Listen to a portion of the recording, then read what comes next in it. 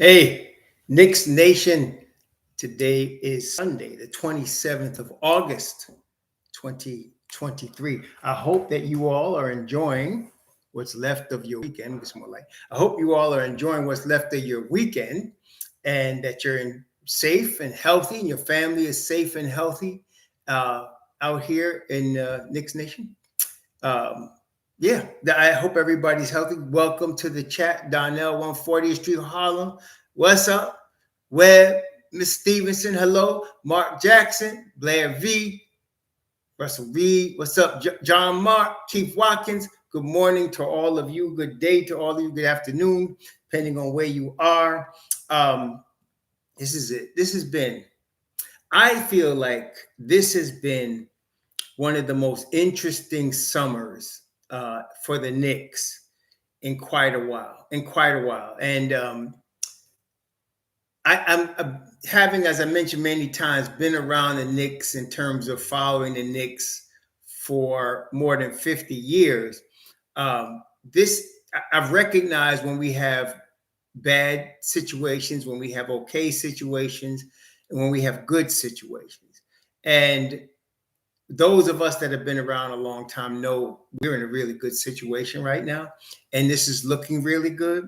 Don't want to speak too much too soon because you don't want to jinx it, but we're in a really good spot, Knicks Nation, right now. Most of the young people that are only been fans maybe 15 years or less have no idea what we're looking at right now, but we're looking at a really good situation right here. New York Jets, Madden 20. What's up, G. Bastino? Nick fan for life, salute. Aaron Spalding, salute. Coach Hauser, salute. What's up? Deshaun Wilson, my brother, what's up? But yeah, this is a really good situation that we're in right now. And one of the signs of it being good is the amount of commentate, like in terms of platforms, sports platforms, basketball platforms, and then of course there's Nick platforms, but sports platforms, basketball platforms, in terms of large platforms like your ESPNs, your New York Sports, and then your newspapers, your Daily News, your Newsday, your New York Post, and the people that write for these type of outlets, the Ringer, these type of outlets.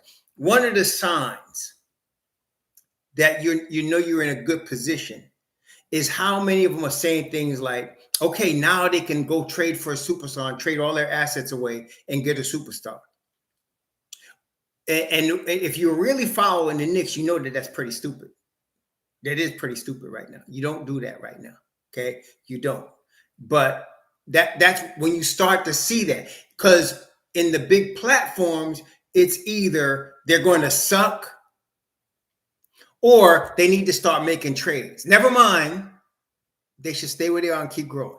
That's never part of the platform's commentary. It's either you're going to suck or you should start trading away your assets and get a superstar, because you can't win without a superstar. So you need to trade away all your assets and Knicks and get a superstar, because that's the only way you're going to get better. See, and the truth is the Knicks are not to do that right now. We're going to talk about that. There's a few things I wanted to go over, but just to give you an example, if you go, and again, I love this site. I don't know who runs this site, but Basketball Reference is a good site for me. I like this site because it gives me a lot of what I consider important information. And so one of the things I noted on Basketball Reference, for example, what I like about it is they have an expected win-loss, and then they have the actual win-loss, and then and you can see, and these two stats right here cover what I'm talking about. So in 2020 and 2021, Tom Thibodeau's first year, the expected win-loss, they were supposed to be ninth. That's what they were expected to be ninth in the East. That was the expectation. They were expected to be ninth in the East. but they finished 4th in the East. The next year, they were supposed to be 19th. Out of 30 teams, they were supposed to be ranked 19th in the NBA, and they were 11th. Last year, they were supposed to be 7th in the NBA, and they were 5th in the East. See? So that's typical of what happens in New York with the platforms in terms of the Knicks. So all 3 of these years, they were expected to be worse than they actually were. And nobody's caught up with it yet. That this is a developing team that's developing faster than you would expect a developing team to come along. Okay. And that's what I'm saying. So right now, again, you're 3 years ago, you unexpectedly became 4th in the East. Nobody expected the Knicks to be 4th in the East in Tom Thibodeau's first year, with one legit offensive player on that team. Okay. And Julius Randle. Nobody with any serious leadership playoff experience. A point guard that could play defense but couldn't score. Okay. And a guy on the wing that could play defense and couldn't dribble. And they were 4th in the East. Then the next year, the front office trying to help, thinking it was helping, gets 2 non-defensive offensive players, and one of those guys was on one leg. And they finished still with 37 wins, and everybody was considering it a huge disappointment, not understanding that just 2 or 3 seasons before that, they were winning 17 games. Okay? Then this past season, they were talking about fighting for the play-in. I don't know if y'all remember, but all of these platforms, they were talking about fighting for the play-in. Fighting for the play-in. Okay? And 5th in the East. All right? And battling Cleveland, and then beat Cleveland, who everybody was saying should have traded for Donovan Mitchell, the Knicks, and Cleveland beat us out for Donovan Mitchell, and the Knicks beat them in a gentleman's sweep in the first round. Okay? That's tremendous. If you to take the Knicks name off of it and just say NBA Team X, and I said those things to you about, you'd be like, I wish the Knicks was like that. That's how negative the commentary is. Okay? That's how negative it is in New York. And y'all got recognized, Knicks Nation. Don't let the commentators drag you down to their level. Look at what's going on. People spend too much time microanalyzing the negative instead of seeing the bigger picture. A team that has progressed from the rebuilding stage to 2 playoff appearances and 2 top 5 appearances, you don't start making trades yet. Especially a team that has done it with the draft, by and large, right? So we signed Julius Randle as a free agent. We signed Jalen Brunson, major acquisitions.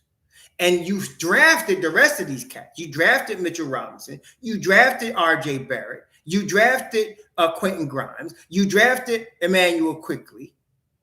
Okay? You drafted the rest of these cats. And now you're developing. You don't start making trades now. You don't. Okay? You want to find out how far and how fast can these thoroughbreds run. You don't know yet. Okay? So you want this year right here? This year? This is a big year right here. This is a big year because now you're going to get the first real sense of what this team can become and what they're made out of. And that's why not every team. See, the NBA has always been a copycat league. A copycat league. Always been a copycat league, man. It's always been, and that's because of the competition. For example, Wilt Chamberlain. Wilt Chamberlain came into the NBA 7'1", Before Wilt Chamberlain, there was another guy who was before our time named George Mikan, who was considered the greatest player in the history of the NBA at that time. He played for the Minneapolis Lakers, and they won championships with him. But then here come Wilt Chamberlain, and he changed the game. They changed the rules. They changed the rules for Wilt Chamberlain because he was so dominant. So now everybody was looking for that. And then the Celtics had the answer in Bill Russell. And that was classic battle. Then come Kareem Abdul-Jabbar. And I want you to notice what I just mentioned. George Mikan, Wilt Chamberlain, Bill Russell, Kareem Abdul-Jabbar. What are we talking about? Dominant guys at the 5. That was the trend. Dominant guys at the 5. Okay? But then came Shalom Organic. Then came a couple of guys that changed the whole thing.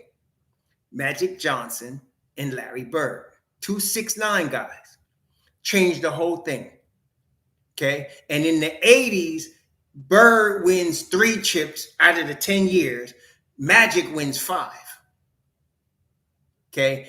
They changed the whole thing. Then in the 80s came another guy, 6'6", Jordan. And what you started seeing is other teams trying to find those type of guys.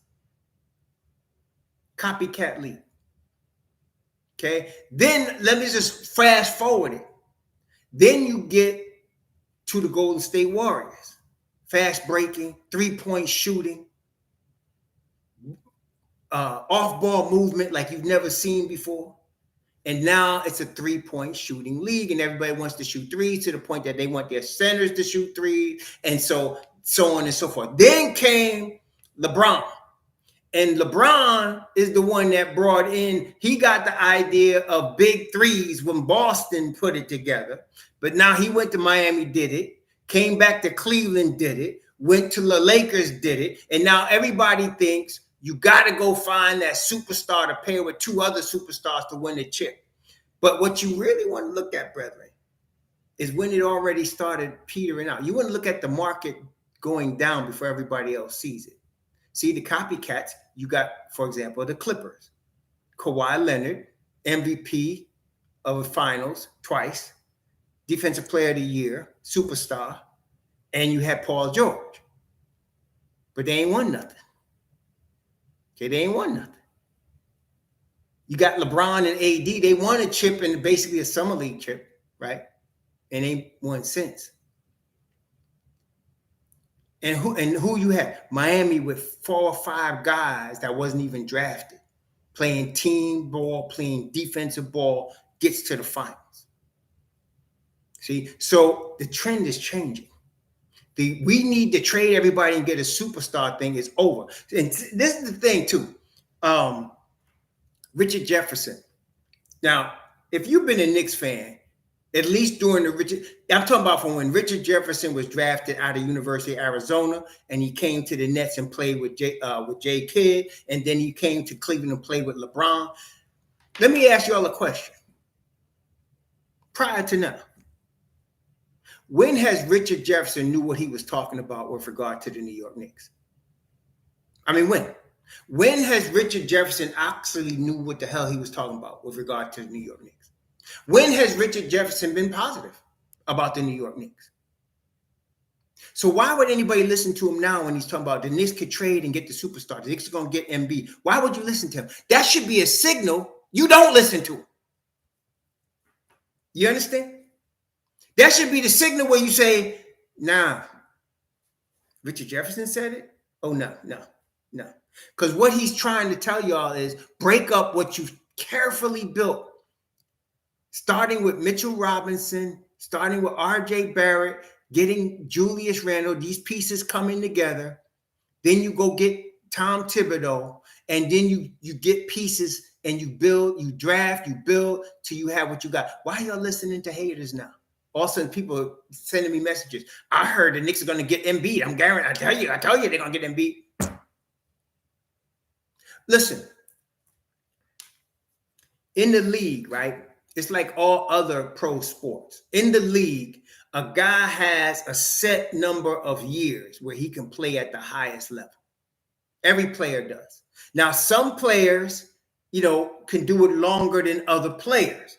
Like your Robert Parishes or your Kareem Abdul-Jabbar can be playing at a high level after 15 years, or your LeBron James. But please understand, these are exceptions. These aren't the rule. A guy gets a good 3, 4, 5 seasons at a high level, and then that's it. Okay, that's it. So a guy you might be looking at now is not going to be the same player in 3 years. Y'all hear what I'm saying? And I'm thinking of Donovan Mitchell. So the Knicks were looking at him last summer, and he wants to come this summer, and we don't have the room. We got Jalen Brunson. By the time Jalen Brunson is 30, let's say 3 years from now, if Donovan Mitchell wants to come to New York, we don't want him. He's not going to be the same guy. Okay, he's not. Then there's going to be another guy. There's going to be another guy that might want to come to New York who will be approaching 26, 27 at that time. That's when you start talking about players. You understand? Right now, if you're talking about 3 years from now, you want to look at guys that's 20, 21, 22. So in 3 years, they'll be talking about 25, 26. See, that's what the guys you're looking at. And I don't know who that's going to be because you don't know how people are going to develop. For example, I'm going to throw some wild names at you. I'm not saying the Knicks would get them, but I'm just saying, look at like a guy like a Josh Giddey. You're talking about Josh Giddey, right? Oklahoma. He's like 20, 21. See, we don't know what Josh Giddey's going to be in 3 years. He could be Larry Bird in 3 years. We don't know. And you want to be in a position then to get that guy if you want him. Okay? Talking about Donovan Mitchell in 2 or 3 years is fruitless. He's not going to be the guy that you saw last year in 2 or 3 seasons. He's not. That's just the life of an NBA player. That's why you get your money. If you are in the league, you get your money as soon as you can, because you don't know when the whole thing is going to end. You could get hurt. You could just decline. Something happens. And that's why, brethren, a lot of teams don't like to draft guys that are 22, 23 when they're coming out of college, because you don't know when you get the hot potato. You play the hot potato and then you get caught with the hot potato. You don't know if you're going to get caught with the hot potato. Is this guy going to be a lemon in 2 seasons? Look at Chris Duarte. Chris Duarte comes out of Oregon. He's like 24 years old, 23 years old. He had a good rookie season, but look at him last year. Is he now done? Or does he have more upside? It's hard to tell. Hard to tell. Okay, hard to tell. Right. Now, and that's what I'm saying. Brunson's not going to be the same Brunson. And if he is, I'm going to tell you what, he's got a higher percentage chance of being better like he is now than Spider. Why? Think about their games. What kind of game does Brunson play? What type of game does Spider play? Spider's game is built on athleticism. It's built on elite athleticism. That's his game. Guys like that are like lions. Male lions die early. They're powerful, but they die early. Okay? Brunson's game is floor level. Brunson's game is cerebral. That's his game. That could last as long as, it could last a long time. He could play like that a while. Okay? He could play like that a while, because his game is not above the rim. His game is below the rim. It's on floor level. It's built on IQ. It's built on savvy, footwork, all of that. You could do that till you're 40 years old. Spider's not going to be dunking on people when he's 32 years old. It's not going to be like that. Okay? Exactly. So that's what I'm saying. Right now, we got a crew of dudes that's used to playing together, that understands each other, that understands the system they're playing in, that are connected. We don't want to mess with that right now. You don't want to mess with that. People still talking about, well, let's go get OG. Hey, listen, I believed, if we traded RJ for OG, the Knicks would go to a new level. But now that time is past. It's over now. See, you get a small window for these things in the league. You don't, this don't last forever. You get a small window for these things now. Okay. So the Knicks are not going to disrupt. Once you start to see training camp start, they're not going to disrupt nothing at the trade deadline with this young team. It's not going to happen. Okay. It's not going to happen. So now they're going to let this run ride, and they need to. See what you got. See what you got. Okay. So, and they got all of their major players signed long term. They got Julius, they got RJ, they got Mitch Robb, they got Brunson. None of these guys are getting $40 million a year. None of them. They're in a really good spot right now. You don't want to just give that up. Okay. There's nobody out there that's all right. I'm gonna tell you, there's probably 2 or 3 guys that I would break this up for. Giannis, the Joker, and I wouldn't even say Embiid, really. I'm talking about Giannis and the Joker. I don't know nobody else. Even Luka, maybe, because of his age, because of how young he is, maybe. But I wouldn't be breaking this up to go get Embiid right now. And I'm not talking about Spider, because we got you just committed to Brunson. This is culture, y'all. Culture means there's certain things you do based on principle, y'all. It's not NBA 2K. This is the league for real. And you building for real new culture. That means you just committed to Jalen Brunson. You stick with Jalen Brunson. You just committed to Jalen Brunson. You're not looking at Spider. And you damn sure ain't going to have 2 point guards in your backcourt. What you think we just beat Cleveland for? Cleveland was fully healthy. They had all-star Garland, all-NBA Garland, all-NBA Mitchell, and we beat them in 6 games or 5 games? 5 games. Come on now. What you want that for? What you want that for? And they had 3 front court dudes that can play top level defense and still couldn't do nothing with us. Couldn't do nothing with us. You know why? Because neither of them Negroes could play defense. That's why. You can't win no championship with no defense, especially in the backcourt. You got to have something. Yeah, so anyway, that's it. That's it. So this week, we went over a few things I wanted to touch base with y'all on. First of all, talking about FIBA. Now, FIBA, the Knicks got 3, right? Am I right? They got 3 dudes playing in FIBA, right? The Knicks got 3 dudes playing in FIBA. They got RJ, Josh Hart, and of course, Jalen Brunson, right? Those are the guys playing in FIBA for the Knicks right now. So with respect to the U.S. team in general, the FIBA USA team, I don't even count Fournier as a Knick. But with respect to the FIBA USA team, what I like about that team, for example, they just destroyed somebody. But what I like about that team is they don't have to expend themselves to destroy squads. They ain't got to expend themselves too much, which is good. You don't want them doing that, because if they don't have to expend themselves too much, then that limits the minutes Brunson has to play, and that limits the opportunity for him to get hurt. Josh Hart is New Zealand, right? Thank you, Ms. Stevens. Josh Hart already coming off the bench, so we're not worried about him too much. And he's, I think we can agree, Josh Hart's a roughneck anyway. Josh Hart's a straight roughneck anyway. So he's coming off the bench, and that's fine. We don't want to have JB get hurt. And so being that they destroying these squads and they got Halliburton behind him, we in good shape. Basically, for our 2 guys here, it's just a sharpening mechanism for them to get sharp for this, for the season, right? But RJ is different. RJ's young, 23, I think he is this year. And RJ could be using this season to develop some more. And that's why I'm glad he's getting minutes. And even him, they just destroyed Lebanon by 55 points. And so RJ scored 17. And it was funny. You got to be careful of these little clips sometimes. Sometimes, not all the time, but sometimes. You had RJ knocking down all these corner threes in practice with his new jump shot. And then the next day, he comes out and goes 1 for 10.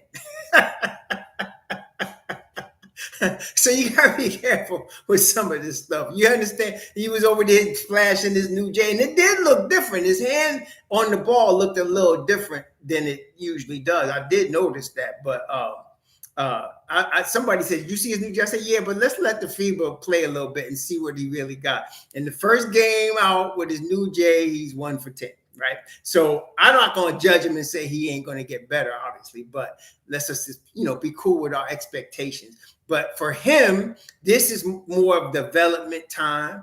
And he's playing with some good players, that complement him. Dylan Brooks is playing really good. And of course, Shai Gilgeous-Alexander is playing out of his mind. So they really, that's a nice squad. Canada got a nice crew.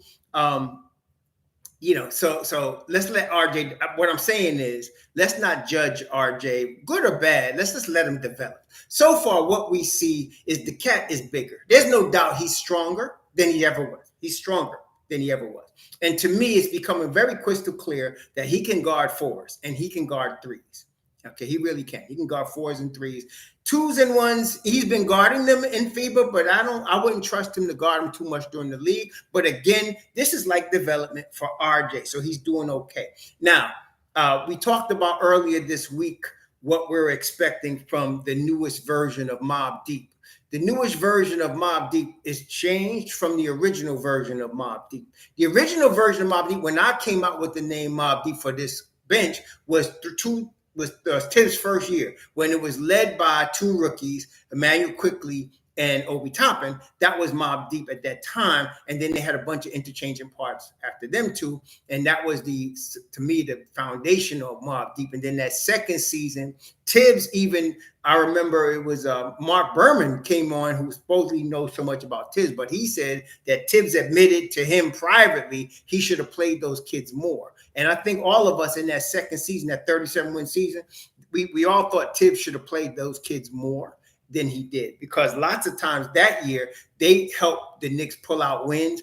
The starting crew was, whatever, but they, in fact, was looking at it that year, the starting crew was scoring like 67 points a game, and the 40 points was coming off the bench that year. They were 26 in pace. They were 22nd in offensive rating. They were scoring 107 points a game that second year. It was all messed up that second year. But then the third season last year, the starting crew scored 85 a game. And of course, and then the rest was 31. They were 116 points a game, 11th in pace, third in offensive rating. The Knicks were really good last year offensively. And all you guys that's talking about Tibbs, you need to look at those stats a little bit. Again, Brunson was huge for that. But then again, it wasn't like Brunson came to the Knicks by luck. They targeted this boy, cost him a second-round pick. Obviously, Tibbs knew what he was doing when him and the Don was saying, let's go get this brother and let's pay him the $100 million from Dallas. Dallas thinking about offering the boy $55 million. And then when they came, it was too late. He's like, I don't even want a meeting with y'all. I'm going to the Knicks. Okay, so Brunson obviously added a lot to the Knicks offensively.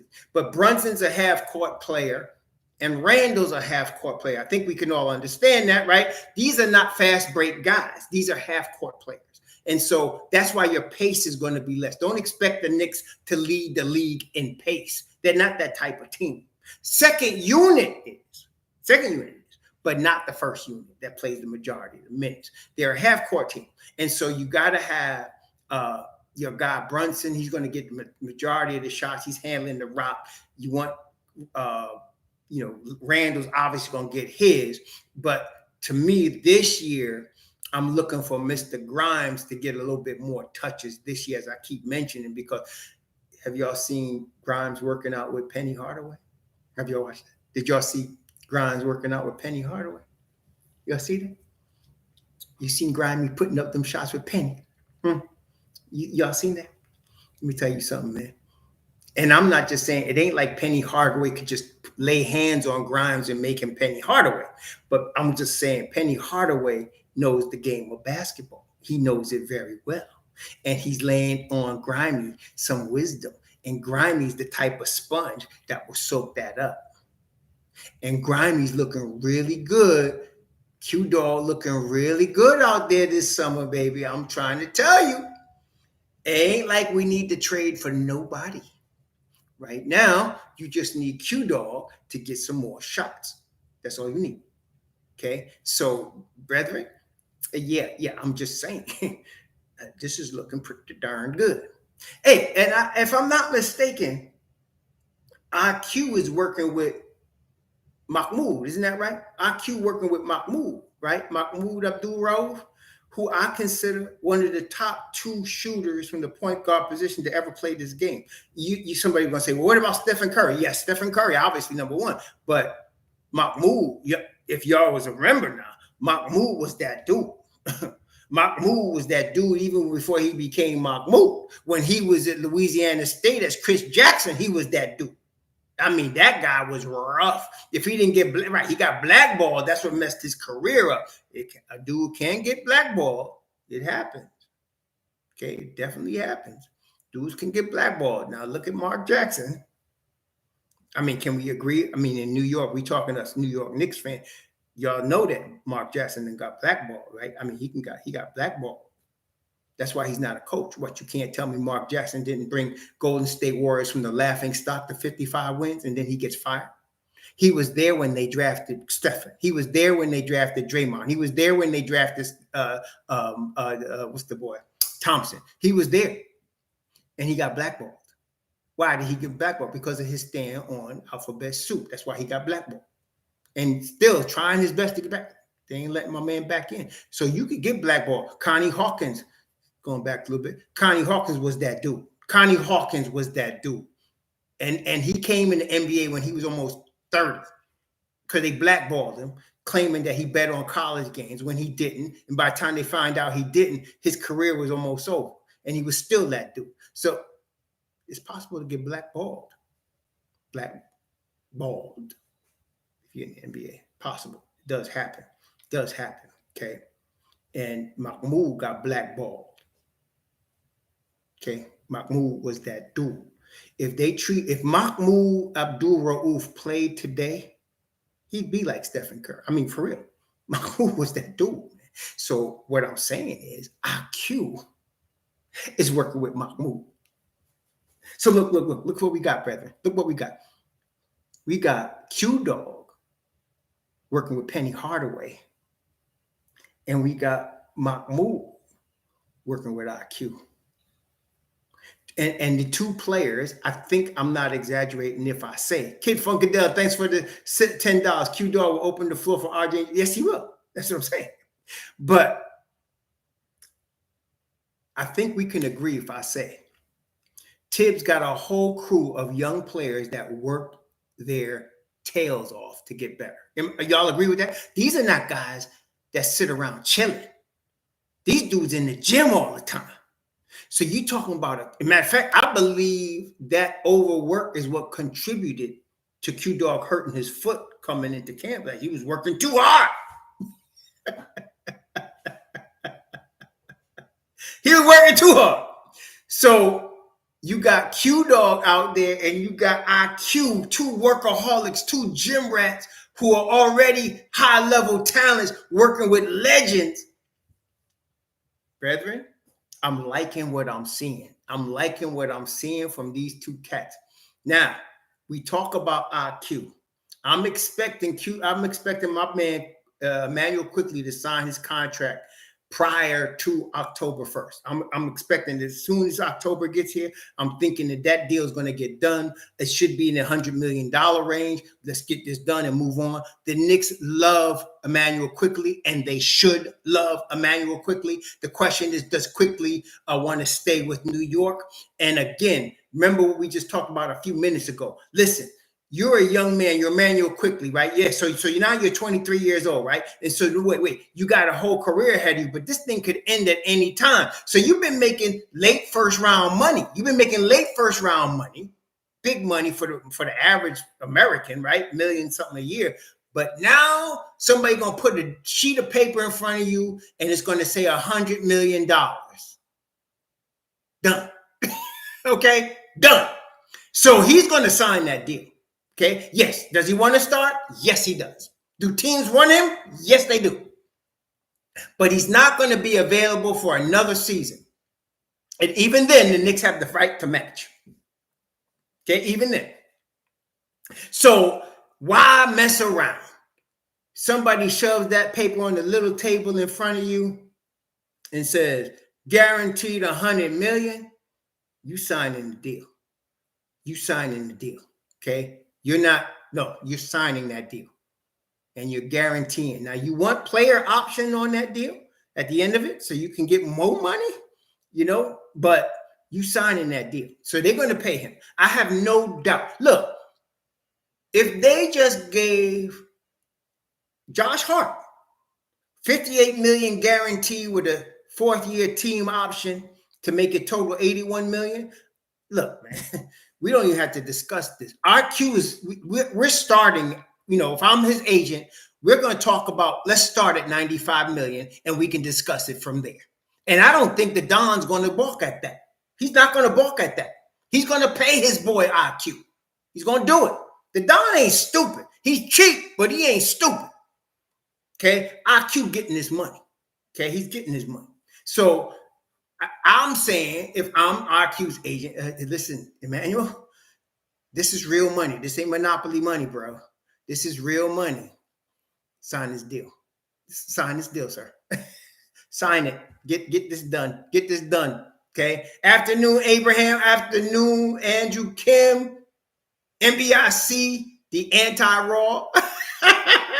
What's up? DJ Introvert, Malik Shabazz. How y'all doing? Miss Lee. So IQ gonna get his money. Corey Lindsay, what's up? IQ getting ready to get his money, and he's gonna sign this deal, and that's gonna be done deal. Okay, he ain't going nowhere. That's right. And Tips, y'all remember last year when Tips said that? They said, how did Emmanuel quickly play? And I think they just played Boston and Quick went off, and he said, he said, Quick is my guy. Y'all remember that? He said, Quick is my guy. Nah, he gonna get his money. Okay, so let's not even fool. Let's not even worry about. Let's not even talk about. Well, we're gonna trade him at the deadline. That is a pile of dried cow doo doo. IQ is gonna be a Knick. Okay, he's gonna get his money. He's gonna be a Knick. I'm really thinking this dude gets about $100 million in that range. It could be a little more. I don't think it's going to be much less if it's less. I don't think so. I think he's going to be in the $100 million range, IQ. He's worth that kind of money. If Tyler Hero is worth $100 million, you cannot tell me Emmanuel Quickly is not worth $100 million. Okay, and Tyler Hero got a $100 million deal coming off the bench. So, yeah, I think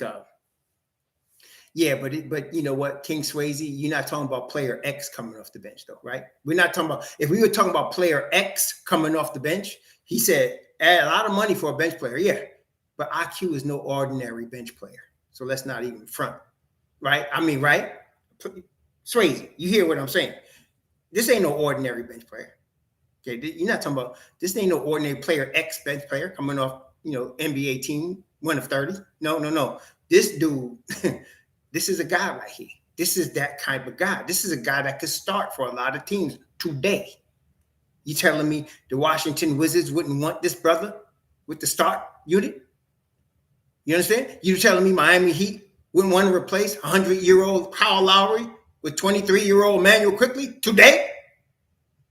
You telling me Minnesota, which gave away all their draft capital, can't use IQ right now? Yeah. So no. Nah, so you got to have, you're going to pay IQ $100 million. You're going to get his money. That is no question. He's about to get his money, as he should. And the thing about Vinnie Johnson is Vinnie Johnson was a legit bench player. You didn't want to start a microwave, in Detroit with Vinnie Johnson. He's not the guy. He's like Josh Hart. Josh Hart is perfect bench piece. He's not a starter. If for people to think of him as a starter, it's kind of silly. Josh Hart is not a starter. Well, neither was Vinnie Johnson. That's the difference. IQ can be a starter. He's a starter that can play the bench role as well. He's better than Vinnie Johnson, what I'm trying to tell you. So he's So, well, I wouldn't say that, Joe Curry, because at the time Vinnie Johnson played in Detroit, everybody played defense, or you didn't play. That's how it was at that time. So don't say Vinnie Johnson was no slouch on defense. Nobody in the NBA was a slouch on defense. No, you couldn't play if you didn't play defense. Okay, especially at that time. And you're talking about Vinnie Johnson's time. You're talking about late 80s. The NBA was a defensive league at that time. You know, everybody, you couldn't play unless you played defense. So that's just how it was. So no, Vinnie Johnson could play defense. Yeah, he could. You know, I'm not saying he was all NBA defense, but he was very physical, strong dude. You know what? You know who looked like Vinnie Johnson? The guy in Memphis, my man there. You know, the dude at Memphis. They just paid him $200 million. What's the dude's name? Bane. Yeah, Vinnie Johnson was built. Bane is built like Vinnie Johnson was. If you look at Bane, that, you know, he really has that same type of football player type of build that Vinnie Johnson had. But, you know, Bane is a starter, legit starter in the NBA. You know, Bane's a tough dude. Yeah, and so is Vinnie Johnson, right? Tough dude. But you talking about, you know, who's starting in front of Vinnie Johnson? You talking about Isaiah Thomas and Joe Dumars? What you gonna start him? You can't. Sorry, no, not gonna happen. Okay, so that's what I'm saying. But I'm expecting Mobb Deep, especially now. The question mark is Dante. You know, if you really think Dante's gonna come in here and do Dante like what you expect from Dante, the Knicks Mobb Deep is gonna go to another level. Because see, when they had Obi had to come in behind Randall. And the problem was Tibbs didn't believe. Hey, what's up, DJ Intro? Thank you, brother. What the problem is, Tibbs didn't believe in Obi as a three. Now, myself, I believed Obi could play the three. When he first came in the league, I would say no. But after his second season, this past year, I felt like Obi had the ability to play the three, which would open up some room for him, being that he could play both spots. But Tibbs, you know, that's Tibbs' decision. He's the coach. And he said, no, I don't like Obi at the three. So he didn't play Obi at the three. But this is the thing. This year, RJ is your backup four, and you're going to have a wing backup in Dante. So Dante does have some starter level ability. He's not as good. Let's not get carried away. He's not as good as Emmanuel Quickly, but he's good. He could play. He's efficient. He knows the game. He has high IQ, and he's a big game player. All of that is Dante DiVincenzo. So if Dante DiVincenzo could come in and play like Dante DiVincenzo on the wing, I really like the way the Mobb Deep's going to look really good this year. They're going to be something else, man. No, Andrew Kim, there is no way in hell. Let me just be real. There's no way in hell RJ is not starting. There's just no way in hell. And I'm not telling you that because I think RJ's better. As a matter of fact, statistically speaking, the Grimes IQ combination on the wing is the best that the Knicks have, statistically speaking. They've just played way better than any other combination on the wing. Okay, so it's not like I'm saying RJ is that much better than Grimes, but the way the Knicks culture is, the way the continuity is, you're going to have RJ starting at the three. That's period. That, you know, that's it. Now, you know, that's it. Okay, that's it. So RJ starting at the three. And you're going to have, I don't, you know, and I think the minutes he's going to get as the backup four is going to make up. It's going to be really good because now, let's say Julius gets to rest. I think tell me what you think. I think Julius gets about 15 minutes rest a game, right? So you're talking about around 33 minutes for Julius a game, 33, 35 minutes. And I think the majority of those backup 4 minutes goes to RJ, which really opens up room more on the wing for your IQs, your Dantes, and your Grimes, you know. And then you have Hart. Still, you could play him at all of those spots, including the four. So yeah, Tibbs is going to have a whole bunch of options this year. He's going to have a whole bunch of options this year. RJ, I believe, is grown and is too strong now to be a two. I felt like he was 2 years ago, but right now, if you're looking at RJ right now, you're looking at a guy that's best suited really as a 3-4. RJ Barrett. He's best suited as a 3-4. Yeah, he's really is best suited for when he first came in the league. Yes, his rookie year, his second year, even last year, you could say, yeah, this guy could play the two. But I would say now he's really a 3-4. He's a 3-4 right now. Yeah, I think Blair, you have something there. And Joe Curry, no, we don't automatically just trade players. No. See, that's please lose that mentality. Just trade him. No. Patience, continuity. Patience, continuity. Patience, continuity. That's what you want. Okay? You got RJ locked up. There's no need to trade him. You got him locked up. Yeah. No need. Fizz goggles didn't know he was talking about playing Kevin Knox at the 2. Anyway. But yeah, RJ's a future 3-4. I can see him playing 4 at later parts of his career. Okay.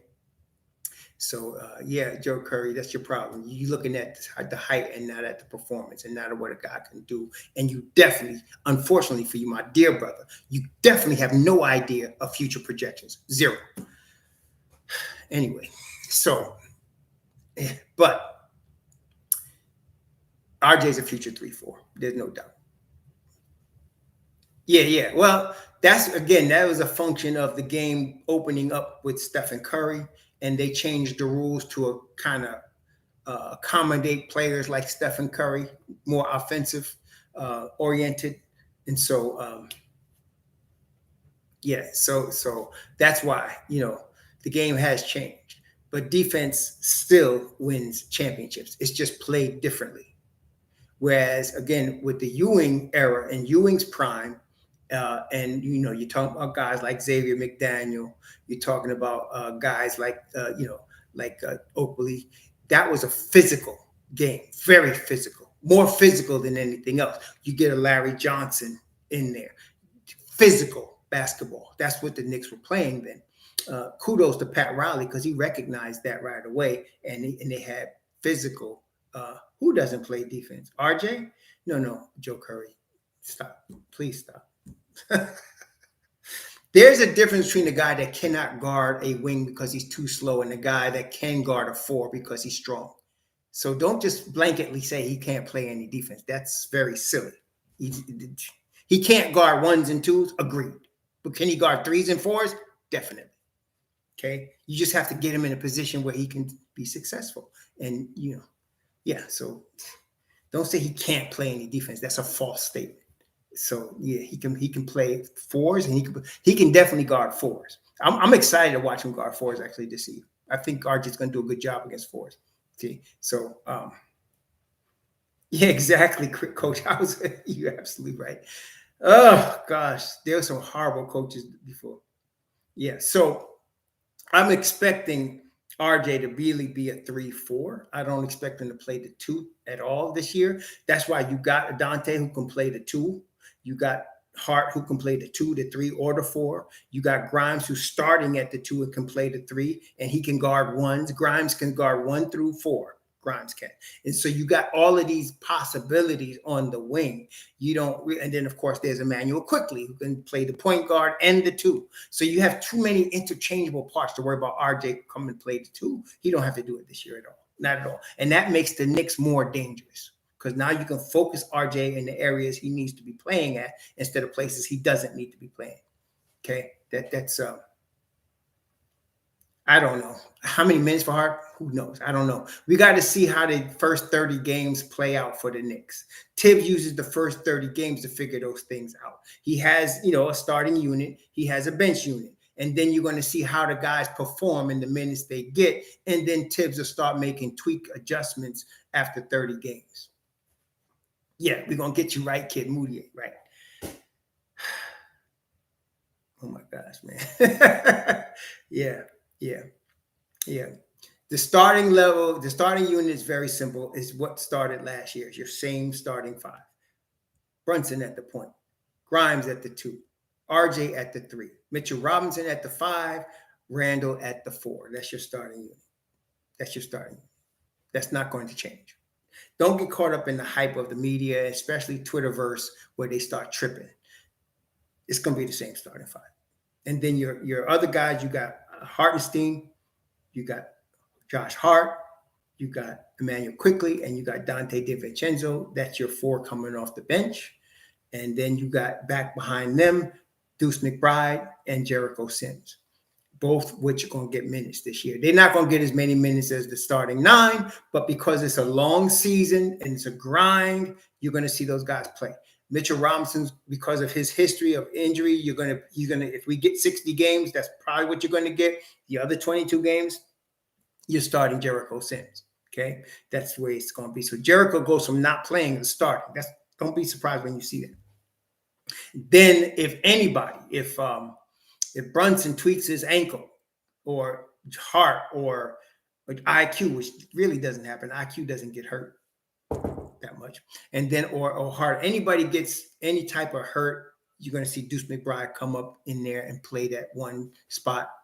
And then actually, y'all remember last year, actually, when Deuce and Brunson played together, they played well together. Even though you would think, looking at it on paper, they're too small.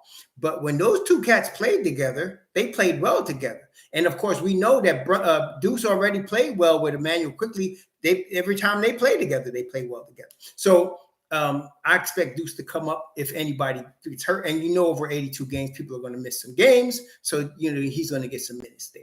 Okay. Yeah, right, Felicia. She said, don't forget the axe walking around that stupid axe. Oh, my gosh. So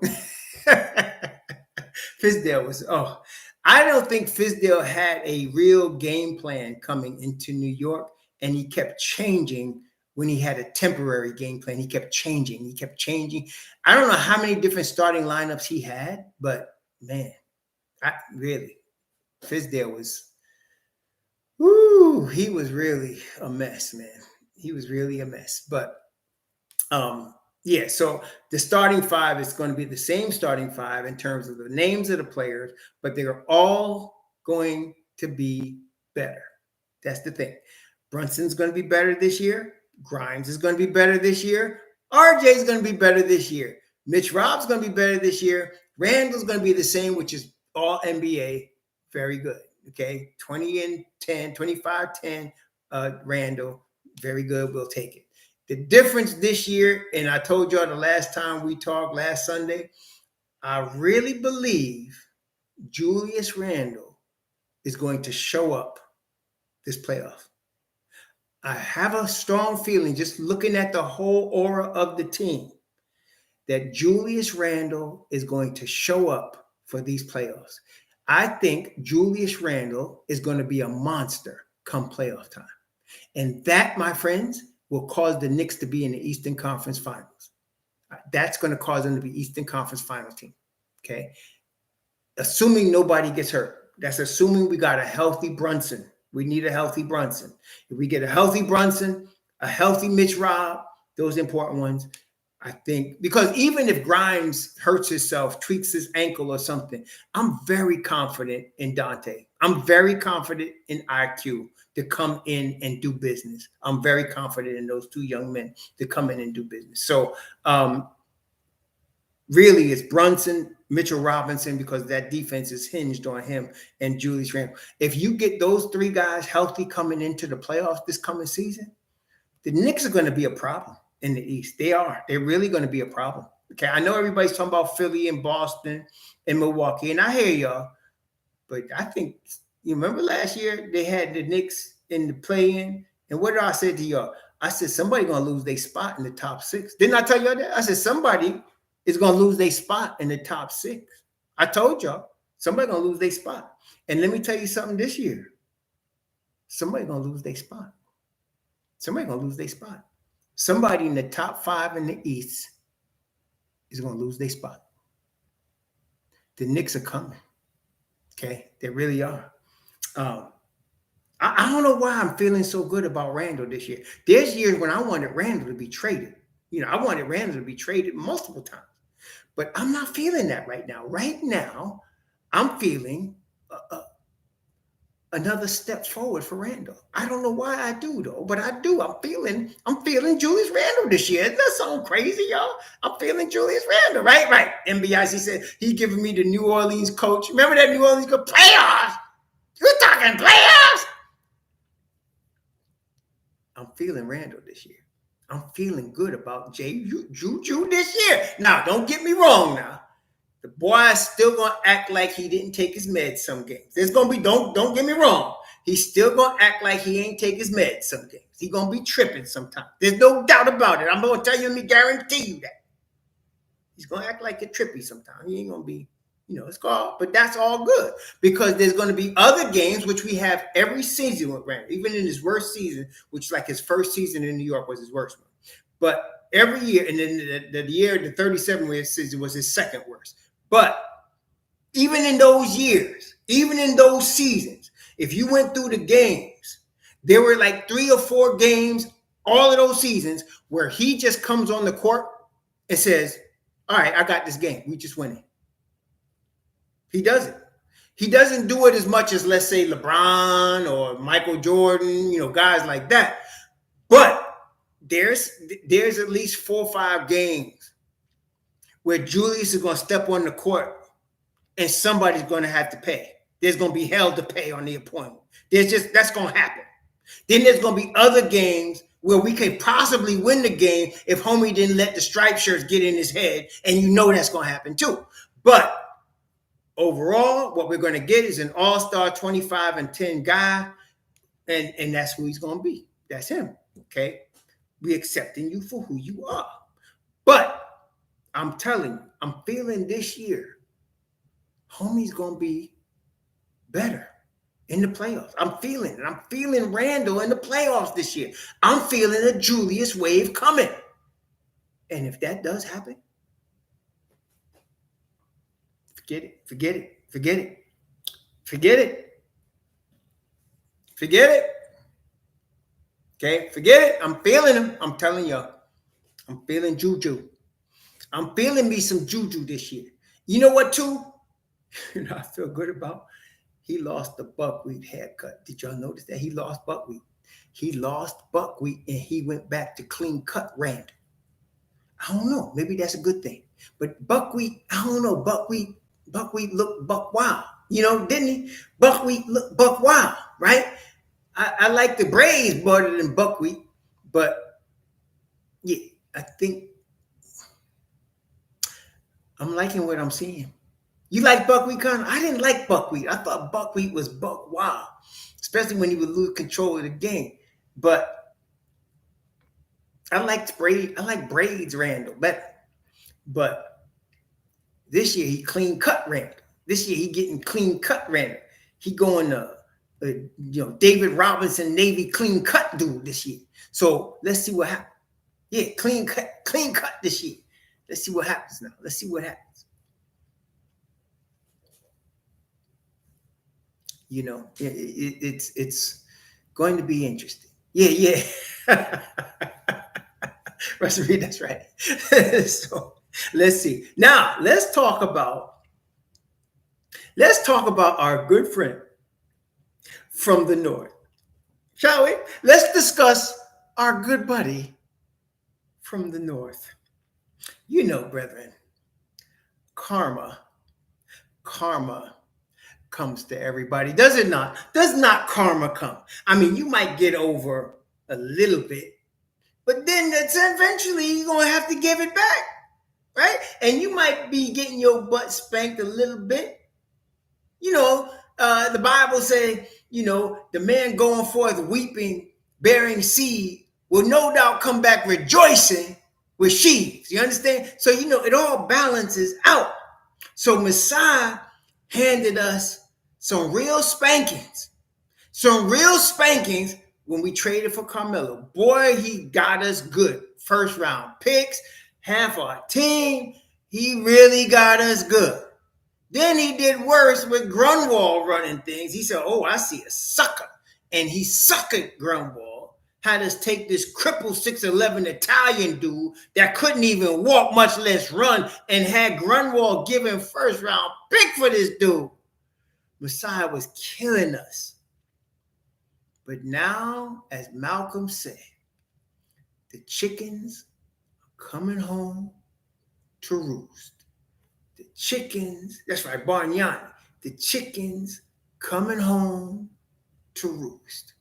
Here we go. So he was so scared. Now, last year, Toronto didn't, I guess we can agree, Toronto didn't meet expectations, right? Right? They had OG, they had Van Fleet, they had Scotty Barnes, right? The rookie of the year. They had Siakam, all NBA, and where were they? Playing, right? So they underperformed with all that talent. They underperformed, and the Knicks, of course, did their thing, fifth in the East. And so my man got so scared, he offered a homie, and some of y'all gonna correct me because excuse me if I don't get all the details right here. But basically, they offered homie a job. And on his way out the door, homie sends them 3,000 private proprietary Knick files to Toronto. And then the Knicks brass busts them, going to file a private lawsuit, property infringement. That's going to be interesting. And now the NBA's got to do their investigation. So people are already saying, I want this number of picks, I want that, I want this. You know what, brethren? I would prefer, let's wait and let the investigation play itself out. And, somebody said, well, they'll just get a fine and the NBA hates the Knicks. I'm not going to disagree with you on that. But I'm going to say this. If what we are reading is true, and, my habit is always disbelieve media before you believe them. Always disbelieve media, because media is always 100% of the time lying to you in some shape or fashion. Media lies to you. You got to understand that, brethren, that this happens, and it happens a lot. So I have always had a policy, not always, but let's say for a long time, that when I first hear something, I doubt the whole thing. Which is why I tell you all the three wise men are the only people I trust. If I hear somebody say, well, I heard, I say, where you hear that from? Because it's probably some clown. If it's Blowhard, whatever their name is, Blowfish, whatever his name is, or whoever. What's Berman? Come on. Stop. Okay? But if it's true that this actually happened, and if it's true that the Knicks had proprietary software information copied and sent to Toronto, and is found in court to be true, Toronto's going to pay money. They're going to pay some money. Okay, they're going to pay some money. This is not even talking, but we're not even talking about the NBA. Listen, we're not talking about the NBA investigation. We're talking about a private lawsuit of a company suing another company. The Knicks in Madison Square Garden is suing Toronto, whoever owns them, for violation, proprietary software information, what do you call that? Proprietary software infringement or something like that. Civil case, right? Somebody was talking about jail. Ain't nobody going to jail behind this. But the Knicks would get some money. Now the NBA does its investigation. And if it's found to be true, it's going to cost Toronto, listen, not players. It's going to cost them draft capital. The NBA never makes a team trade to another team. That doesn't happen. But they do get you in terms of draft capital. Now, how much draft capital? I don't know. Nobody knows. But I will tell you this. I think we can agree, if it's found to be true, that the Nigerian brother who left the Knicks to go help Masai Ujiri is found to have done this, and Masai is involved. I don't think it looks too good for Masai. What y'all think? That's right. Ante up. That's Chris Coach Hauser, my man. That's right. That's right. MOP. Ante up. That's right. Ante up. Get up out that 735, shorty, and give it up. Give up them damn diamonds. You right. That's right. So it's going to cost some draft capital. How much? I don't know. But I tell you what, it's going to favor the Knicks and it's going to hurt Toronto. And listen, 7 days out of 7, 24 hours out of 24, I'm all good with that. I'm all good with that. So the Knicks are such a threat that Masai has to stoop to this. You hear what I'm saying? I know it's competitive league. People cheat, no doubt. But come on. You got to stoop to that. You got to go get an employee from the Knicks. You got to offer him money, and you got to try to steal stuff from us. The Knicks are that much of a threat? That's real right there. That's real. Like, it's like what the Knicks did with Brunson. I mean, they wanted Brunson so bad. They hired his daddy. They showed up at a Dallas game with all the front brass. I mean, it was so obvious. So they just gave up the second round pick. Say, no problem. No problem. Give us Brunson. We're going forward. Dallas was so mad, couldn't do nothing about it. But this is pretty. I love the way this is going to play out. Y'all hear what I'm saying? I'm feeling good at how this is going to play out. Yeah, Masai, yeah. We're going to see what happens. But, you know, this is the Bargnani curse reversed. This is the Bargnani situation. You know how Bargnani, seriously, you know how Bargnani won this contract with the Knicks? Let me tell you how shallow Grunwald was. The Knicks went up to Toronto, and Toronto beat the Knicks in Toronto, and Bargnani had 41 points. He shot the lights out from three-point land. It was spot up threes all day for that game. And that's how Bargnani became so valuable to Grunwald. Isn't that crazy? Isn't that crazy? My gosh. That's ridiculous, isn't it? But that's how it happened. Bargnani scored. I remember I watched the game. Bargnani scored. I said, who is this dude? He scored 41, hitting mostly three-pointers, spot up threes against the Knicks. And that's how the Knicks decided, we're going to give him a first-round pick and go get him from you. That's like the used car with 200,000 miles on the engine, and it's all cleaned up and the wheels are shined up, and you think it's like looking like new, and this car ain't no good. And they just took you. I had that happen to me before. But it happened to the Knicks, you know. So that was the Bargnani situation. Yeah, on the strength of that one game, I remember it was crazy. And I was like, yes, you're getting him. And then he come to the Knicks and couldn't even run. He used to hardly walk. Yeah. So you're right, Joe Curry. It's going to be a similar situation. That's exactly right. And so let's see what happens. I don't know what, in terms of how much draft capital the Knicks will get, but if this is all true and the Knicks win the civil case, it's going to be good. Yeah, Scott Layden and Grunwald. Oh, my gosh. It just goes to show you, not everybody's built for New York. Actually, Scott Layden was good when he was with the Jazz, but that's Utah. You know what I mean? That ain't New York. That's Utah. See? And he come to New York and messed up, traded Ewing. Didn't even treat him like the legend he should have got treated like. They should have did something better for Ewing than trade him to Seattle. You know what I mean? Shoot. Nah, that's not true, referee. Kemba had at least one leg. Kemba was at least playing on one leg. Bargnani needed a walker. That dude. He needed a walker, man. This ain't Utah, right? This ain't Utah, man. This is MSG. This ain't Utah. You know, this is MSG, baby. You better come correct when you coming into Knicks Nation, or you could get chewed up and spit out. Right?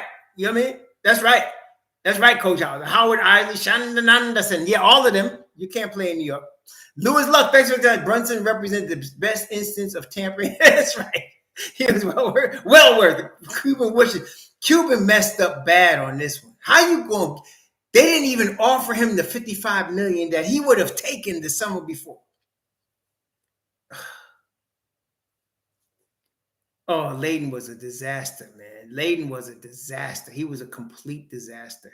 Oh my gosh, that's right. Clarence Witherspoon, Othello Harrington. Oh my gosh, man. These guys were complete disasters, man. Complete. I mean, that's what I'm saying. People complaining about Thibodeau. You don't listen. You see Idle Gray 88 say, remember Clarence Witherspoon, Othello Harrington, Frederick Weiss. Oh my God. Y'all remember them guys? You remember Fizdale? Derek Fisher? Remember them? Come on, man. Thibodeau's worst year, literally. Thibodeau's worst season was better than any of them best seasons. His worst season was better than Hornacek. Thibodeau's worst season, literally, was better than all of them best seasons in New York. I'm talking about. Hornacek at least won 48 games when he was in Phoenix, and had Mook throwing the towel in his face. Y'all remember that? It was either Mook or Keith. It was one of them twins. In Hornacek that year, he had 3 guards. They were running now, but he was making Mook mad. And he said something to Mook when Mook threw the towel in his face. Oh, man. NBA, baby. Well, you can't beat it. You can't beat it. Al Harrington, I think he is. James Harris asked. I think he is still on the coaching staff. I think he is. Yeah. So, but now you got, not only do you have Thibodeau, but you got, the one guy that did work out, well, 2 guys that came from Utah that have worked out very well. Walt Parent and Johnny Bryant. Can we agree on that? Walt Parent and Johnny Bryant, it's worked out pretty good for us. Those 2 cats. That worked out pretty darn good for the Knicks, I would say. I think y'all can agree with that. Worked out pretty good. Worked out pretty darn good, I would say. Okay. But Layden, oh my gosh, man. Oh, God. Yeah. So, Woody's different. Woody could coach. Woodson could coach. And I'm talking about before the Knicks, he was in Atlanta getting them to the playoffs, and they fired him down there, Woodson. And, of course, he goes to Indiana, and they get to the NC2As with Woodson. Now, Woodson could coach basketball now. Woodson knows what he's doing. Woodson was actually drafted by the Knicks out of the University of Indiana. I was disappointed that he said, who is this guy? Was it for Indiana? I mean, come on. And he could play all right. He was a good player, but he wasn't no star, But this cat could coach, though. Woodson could coach. I remember him coming out of Indiana, and I was disappointed that the Knicks drafted him number 1 that year. But he could play a little bit. Woodson was okay. He was a good player. I mean, coming out of Indiana, coming out of Bobby Knight's program, he knew how to play basketball. But as a coach, Woodson could coach now. Woodson could coach. Yeah, Woodson could coach. He's coaching. You're talking about the guy, McMillan. He is coaching. I think he's on the bench for Indiana, Nate McMillan. I think he is. If I'm not mistaken, I think if somebody tell me, I think Nate McMillan is on Atlanta's bench. If I'm not mistaken, I think he not Atlanta. Indiana. Let me just see. He is coaching. Where is he coaching? Where is McMillan now? Because he is he. Atlanta, he was an assistant for Atlanta, but he's now with somebody else. It's him and that other guy that came after him. McMillan is still coaching somewhere. I forgot where, but he's too good not to coach somewhere. McMillan is a guy you want on your staff, like Woodson. You want these guys. Is it in Portland? Might be, Blair. I don't really know, but McMillan is one of them guys that you may not like his demeanor, but he knows how to coach basketball, especially defensive ball. He knows how to coach defensive ball, man. He does. So, yeah, I believe that too, Malik. Well, really what it was, it appeared to me to be either him or the Leprechaun. And, the Atlanta got too much invested in the Leprechaun because the Leprechaun wasn't going to be, what he needed on defense. And then you brought in another. It's similar to the Knicks. That other guy, that guy, I forgot, the guy from Europe. That they brought him in from the Kings, and neither of those cats could play defense, and so McMillan's defensive scheme was all messed up, right there. Okay, what was that cat's name? Bogdanovich, I think it was his name. He brought him in there, shooting guard, and he can't play no defense either. So, kind of messed up. Yeah, kind of messed up. right there. I think that's what messed up McMillan. Okay. When Bogdanovich was hurt, they had another guy plugging in at that 2 spot that could play some defense. But yeah, it's the same thing. That's right, Chris Howard. So it's the same thing. They thought they were doing for him, bringing him all this shooting, but McMillan needs defense. He has the defensive. He had the post part covered, but that backcourt couldn't guard anybody. And now they got a real, DeJounte could play some defense. So I don't know what they're going to do. They got a good coach. The coach they got from Utah is a good coach too. Oh, I wouldn't be surprised. I wouldn't mind McMillan being on the Knicks staff. That guy can coach some defense now. But it's like losing Woodson. We had Woodson, we lost him too. Only thing Woodson, I don't know how he does it, but he communicates so well with the players. He gets through to guys that nobody else could get through to. McMillan. I mean, not McMillan, Woodson. He has a communication gift. Not all people have that, but Woodson does. He can communicate with guys where other players, really can't. McMillan is an X's and O's defensive dude. He could, he was like that when he played. He played for Seattle, and I think he played for Portland. He was like that, both of those defensive dude, IQ, right. That's right. He got through to J.R. Smith. Woodson has a communication gift. Not everybody has that. Woodson does. Okay, and so he knows basketball and he can communicate with guys in the modern game. Not everybody could do that, but he does. So that's why I was sad to lose him, but I kind of knew we was going to lose Woodson because he's too good of a coach. And then the opening at Indiana happened, and that's that. And Kenny Payne too. Both of those guys really good with the players. So we'll see. But the Knicks are in good shape. I like Johnny Bryant. Johnny Bryant to me is the guy that's going to come behind. If he doesn't leave and become a head coach somewhere else, he'll come behind the Tibbs. When Tibbs' 5-year contract is up, he'll come behind Tibbs and be head coach. I think that's going to be how they're going to do this. And I don't have a problem with Johnny Bryant being the coach, coming up in the system the way he's coming up, coming up in the system. He's a young guy. And even in 2 seasons, he's still going to be a young guy as a head coach. Yeah.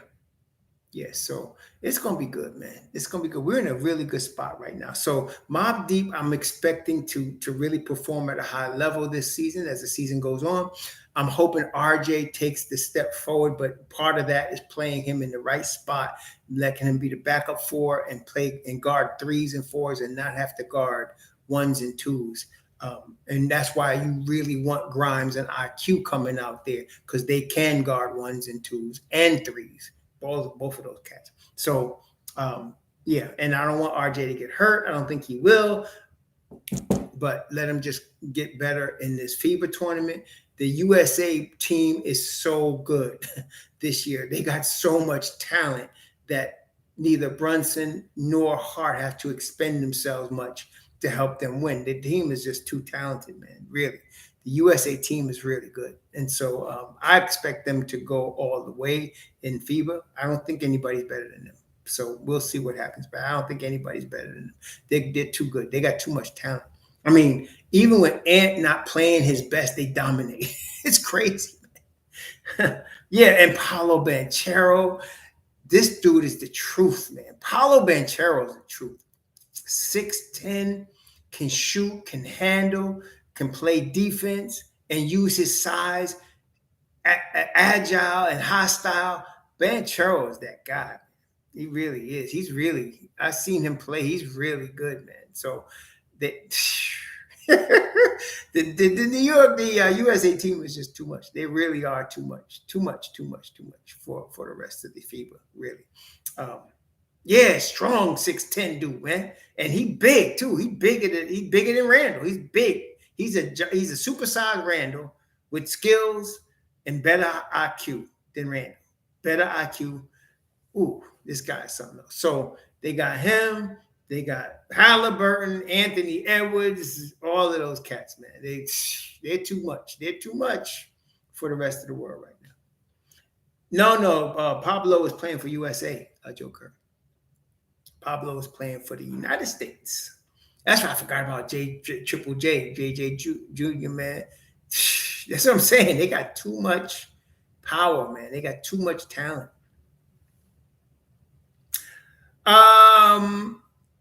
Is this option in 2025? Is it a player option or a team option, Blair? Let me look at that. Let me just see. Is that a player option or a team option? Let's see. Let's see. For Juju, let's take a look. Is it a? I just want to just double check that. Hang on. It's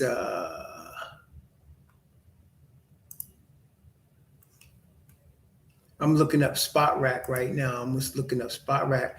I'll pull up Juju's contract and let's see what we got here. He's got a player option. Yeah, he'll be 31.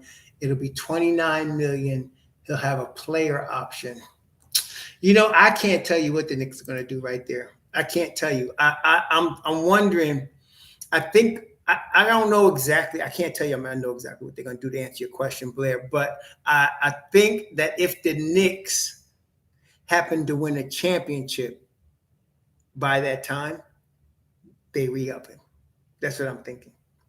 Because at that time, when you're talking about 2025, so you're talking about 2 more seasons, 29 million won't be what 29 million is today. It won't be the same.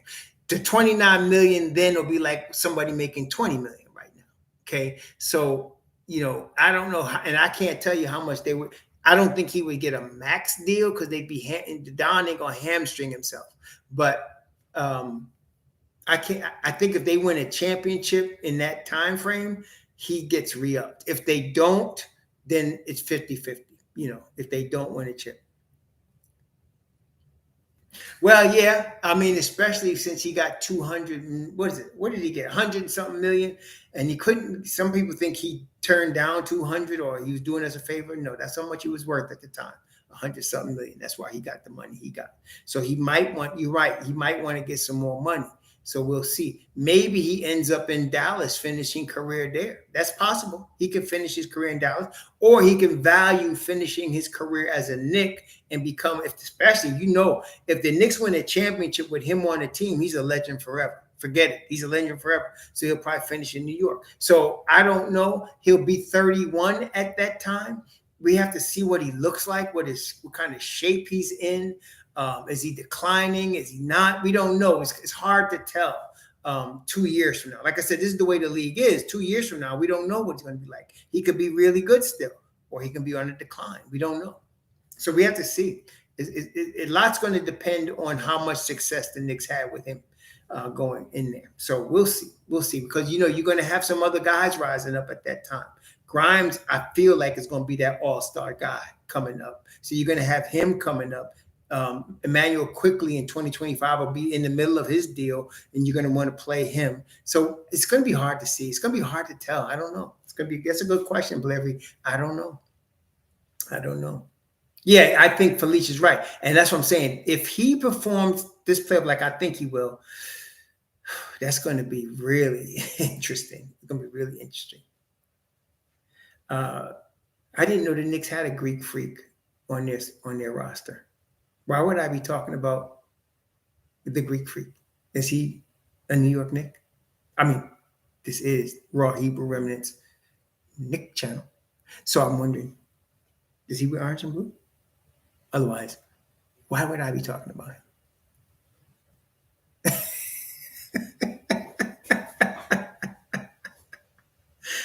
Oh, gosh. Man, oh, man, oh, man. Anyway, so, yeah. I think the Knicks are going to be in good shape. MASAI'S going to be in trouble. RJ's getting better. Oh, you think Giannis is positioning himself to leave Milwaukee? You think so? I don't understand why people think that. Why do people think that? I don't get that. Why does anyone think Giannis Antetokounmpo wants to leave Milwaukee? I mean, if anybody wants to have a legacy, it's Giannis.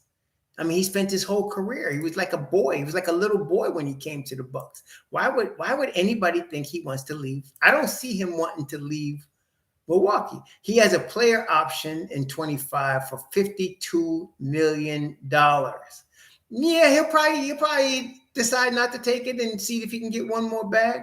But I think he stays in Milwaukee. A small market team like that, they don't want to lose Giannis. I don't see why. I don't get why anybody thinks he wants to leave Milwaukee. Because the guys that they have, he can sweep all those guys out, put new guys in, and he's still. Joe Curry asked who gets moved first. Giannis is not getting moved unless he decides he wants to be moved. I don't see. Well, put it this way: you're a player that has won a championship in a small market team. You want to be moved? Listen now. You're a player that was drafted at age 19 by a small market team. You developed there. You won a championship there. You want to be moved? The only way Giannis wants to leave Milwaukee is if the ownership changes and the management changes and they do like a Frank Layton, Grunwald type of situation. Then he might leave. But there's an 80% chance he'd never leave Milwaukee. I don't understand why anybody thinks he would. Yeah, that's business. But he's got a legacy in Milwaukee. He's right now, Giannis Antetokounmpo's jersey is going to be hung in the rafters in Milwaukee. There's no doubt. If he was to retire today, tomorrow, his jersey is going to be hanging in the rafters in Milwaukee. That means something. Okay? So all this other stuff is just stuff. Let's talk about facts. He's won MVP, Defensive Player of the Year, and an NBA championship in Milwaukee. He started his career there. Why would he want to leave? I don't understand why anybody thinks he wants to leave. Nobody's come up with a reason except willful, hopeful thinking why Giannis would leave Milwaukee. I don't see it. I don't see why he leaves Milwaukee at all. Okay, I just don't see it. Now, Philly, put it this way.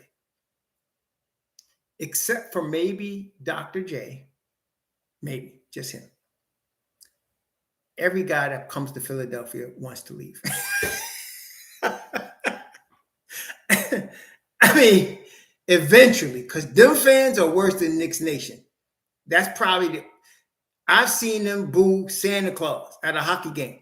I mean, so that's, Embiid could want to leave. I could see that happening because the Philly fans are out of their mind, tripping, bugging people, period. So I don't know about Embiid. But Giannis, oh, hell no. Giannis is staying in Milwaukee. Giannis is going to get let me just tell you something. Giannis will have a statue in front of Milwaukee Stadium. You're telling me he wants to leave? Come on, man. I don't know how long they can compete. But Giannis is staying there. See, y'all thinking about, well, he already won a championship. He's trying to get his second one. Okay? He's not leaving Milwaukee. Like I said, unless you get a Scott Layden type guy or a Grunwald type guy that decides they want to trade him, he ain't going nowhere. Why? Why? Okay? There's no reason. He's in a small market. He's a god. He's a god in a small pond. He's not going to leave. And $52 million? Come on, man. Giannis has got the NBA player's dream. Yeah, exactly. Get laid on the phone. That's not happening. There is no way. I don't care what anybody's telling y'all. Giannis is staying in Milwaukee. There's no way he's leaving. There's no way. Like I said, they got to piss him off really bad. They got to really piss him. And I'm telling you, he's got such status in the Bucks, in Milwaukee, that the fans will be clamoring for the whole management's head rather than trade or get rid of or cause to leave Giannis Antetokounmpo. No way. That's not happening. Now, Philly, like I said, Dr. J was the most beloved guy I ever saw play for Philadelphia. Dr. J, maybe Billy Cunningham, maybe Moses Malone because they wanted to chip with him. But other than that, nobody wants to stay in Philly forever. They too nasty. Them cats are nasty. And that goes for the basketball team, the football team, and the baseball team. Nobody wants to stay there. Okay? Yeah. But Giannis, get that out your skull, man. That's not going to happen. That's not going to happen. So forget that. That ain't happening. And right now, as far as Embiid, let's look him up. As far as Embiid is concerned, how old is this cat? I mean, look, this guy's the MVP, and ain't nobody knocking down Philly's door to come play with him. So I wouldn't get. I mean, MB got talent. There's no doubt. But dude, this year is 30, right? Am I right? No, that's next year. He's 29 this year. So when his player option comes up at 59 million, he'll be 32. Homie's had trouble keeping his legs healthy, already. So I ain't looking too hard at him either. Ace of Spade, $2. Should RJ add or master the mid-range game? RJ needs to improve in all areas of his game. We just have to wait and see where he does it. Yes, he needs a mid-range game. Yes, he needs a floater game. Yes, he has to play better defense. Yes, he has to make better decisions with the basketball. Yes, he has to do all of these things. But we just have to be patient and let him do it. That's all. Be patient and see what we can get from our Canadian prince. What can we get from him? Mike K, I was saying there's no way to tell. They're going if the NBA finds out that Toronto is guilty of these things, the Knicks are going to get draft capital. How much? I don't know. What it consists of? I don't know. But they're going to be fined more than just money. They're going to get draft capital. The Knicks are going to get draft capital from Toronto for this. There's no doubt. So I just want to say, let's let the NBA investigation finish. Let them do their investigation before we start guessing what happens. Okay. That's what I'm saying. So I would just wait and see. Thanks for the $2 Ace of Spade. I would just wait and see what happens. Yeah, and RJ, yes, if RJ was to get up, and that's one thing, Coach House brings up a good point. That's why I like him in FIBA, because it could sharpen him. It could help him get off to a better start, in the league. So we'll see. If he does, yes, this is going to be good. Yeah. We know RJ's family, is from the Coconut Hive. My family's from the Coconut Hive. RJ fans from the Coconut Hive. We know that, they're coconuts. Canadian coconuts. A lot of Canadian coconuts. Yeah, a lot of Canadian coconuts. I mean, I got family in Montreal and Toronto. I got a good amount of family. Yeah. My grandfather came up from Jamaica. They did it back in them days. This is how they did it. They went from Jamaica to England, to Britain, because it was easier for them to get into Britain and be citizens. Then from Britain, they'd come to the United States. And my grandfather came from Jamaica to Britain, and then he came to the United States. And then what he did is he went to Canada, and then he started sponsoring aunts and uncles, to come to the United States from there. So that's how they did it. Okay, yeah. What year did my grandfather come? My grandfather came in the 50s. Or was it the 40s? It was because I had my mother came before that. My mother was actually, my grandfather's daughter came first. She was here. My mother came here in the late 40s, something like that. 50s, something like that. And then my grandfather came different way. And my mother was already here in New York. Yeah. Yeah. I got family in Montreal. I got 2 uncles. I got cousins. I had a aunt that's really like a cousin, literally, but she's much older than me. She recently died. That was last year. And her son is up there in Montreal. And then I got a bunch of cousins. One is from my grandfather's side, one from my grandmother's side. So my grandmother's side settled in Toronto. My grandfather's side settled in Montreal. And then I got a whole bunch of family from my grandfather's side in Brooklyn, a whole bunch.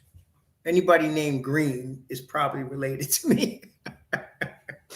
Probably related to me. It's Green, yeah. But I'm not looking for Giannis to leave Milwaukee. That's not going to happen. And as far as Embiid, I am not real excited about the possibility of getting him either. I like our team the way it is. I think as a team, it's better right now. Let's see what happens. If the Knicks get to the Eastern Conference Finals this year, you can forget Embiid. We don't need him. That's where we're at right now. We don't need him if we get to the ECF this year. Okay? We're good.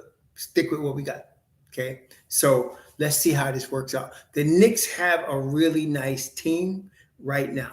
How they perform determines what moves they might make now. If they falter really bad, if they don't get to the playoffs, they lose in the first round, then yeah, you might see some moves next summer. You might. Yeah, in that scenario. But as it stands right now, coming off the 5th seed in the East, 2 out of the last 3 seasons in the playoffs, beating the first and winning in the first round. If they continue that trend, they're not making any changes, nor should they. I don't care if it's MB, Simb, who be. We good, right, as we are. Yeah. Yeah. So we good as we are. If they make the Eastern Conference Finals, there's no way we need to make any changes. Just continue to play with our guys. You know how many years Milwaukee played with the same crew with Giannis before they won that chip? It wasn't going to happen right away. It wasn't until they got oh God, what's the kid's name from New Orleans? They drafted. I mean, that draft they traded for him. They gave a lot for him, but he was the key piece that gets them to the finals. They had Middleton already. They had Lopez already. They went and got this guy. The one who has his brothers playing in the league.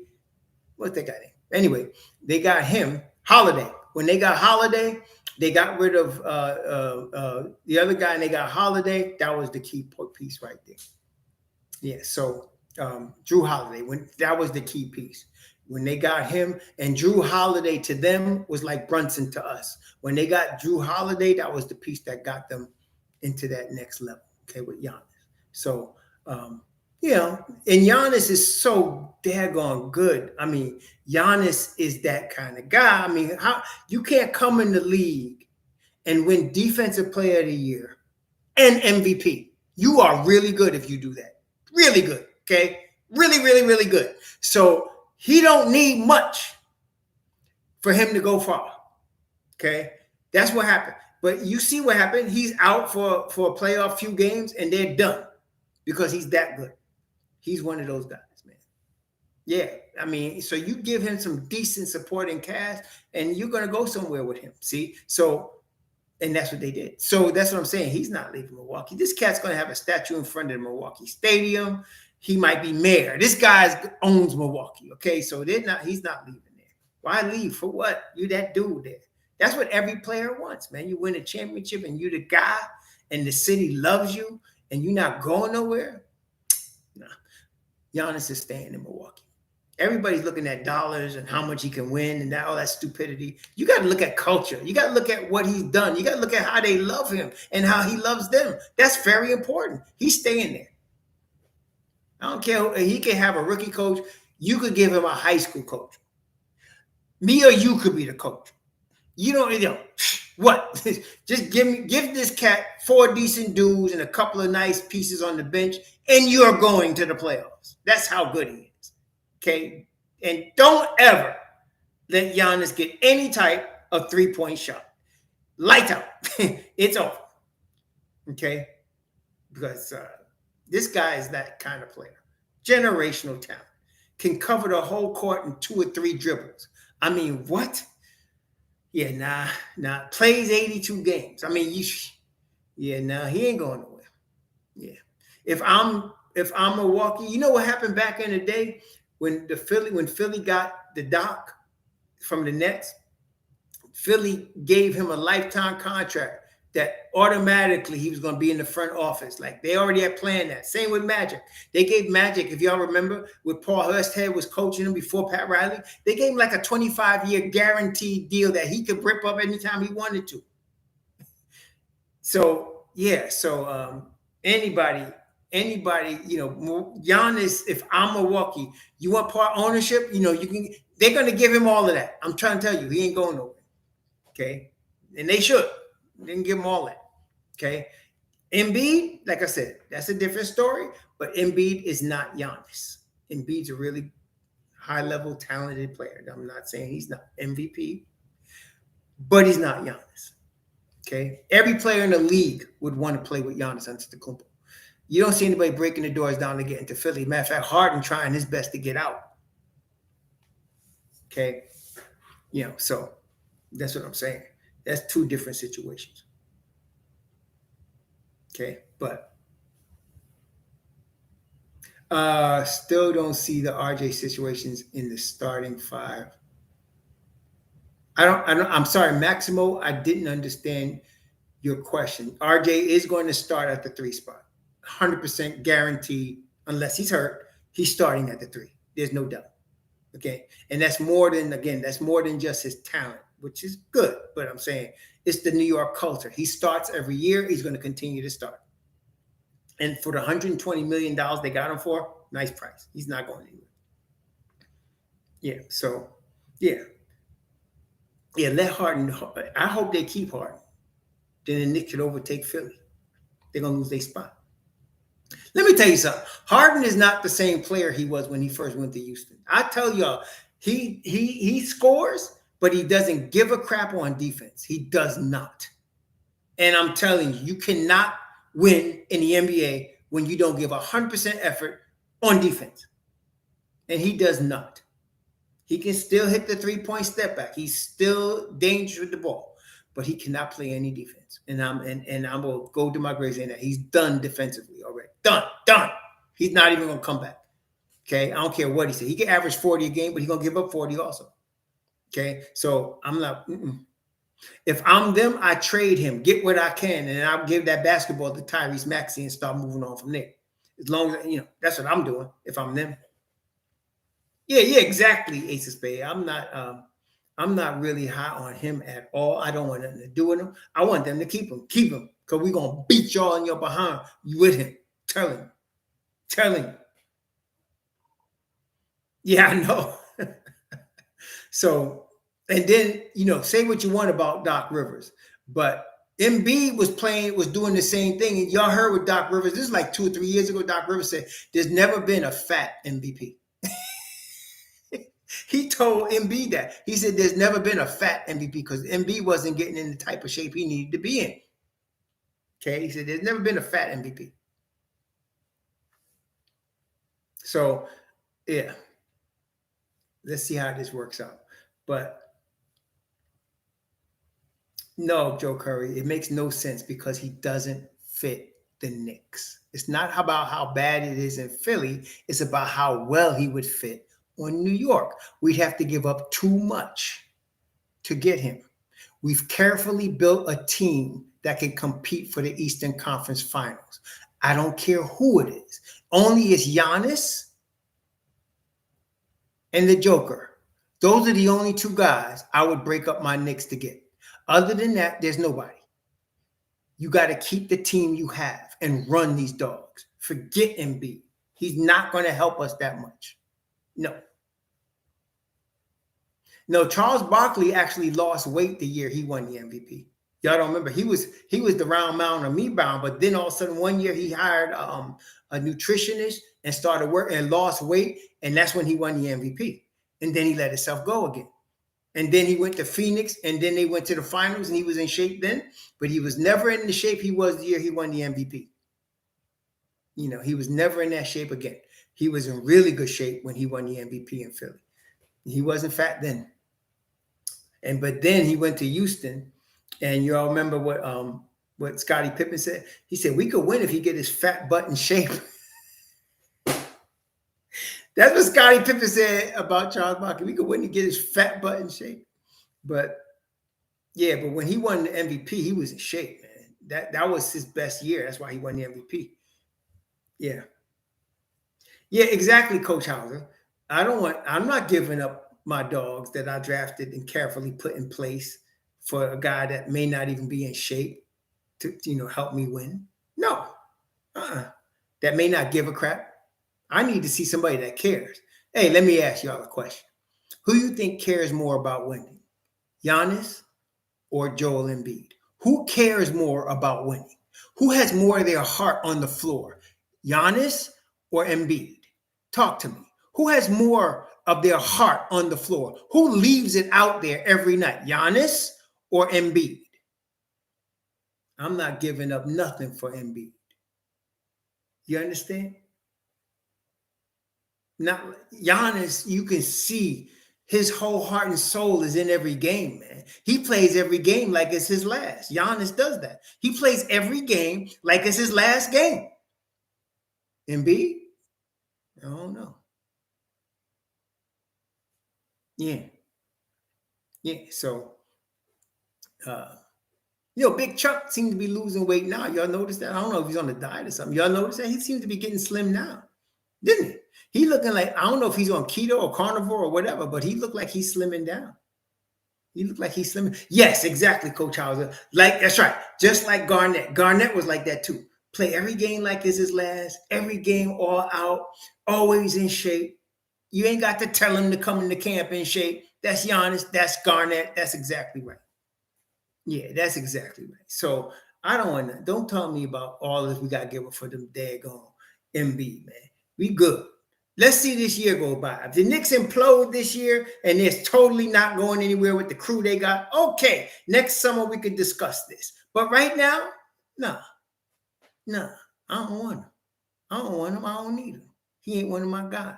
Now, if the Joker said, I'd like to play in New York.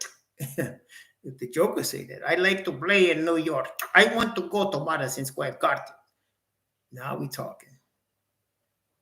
Now we're talking. Okay, now we're talking.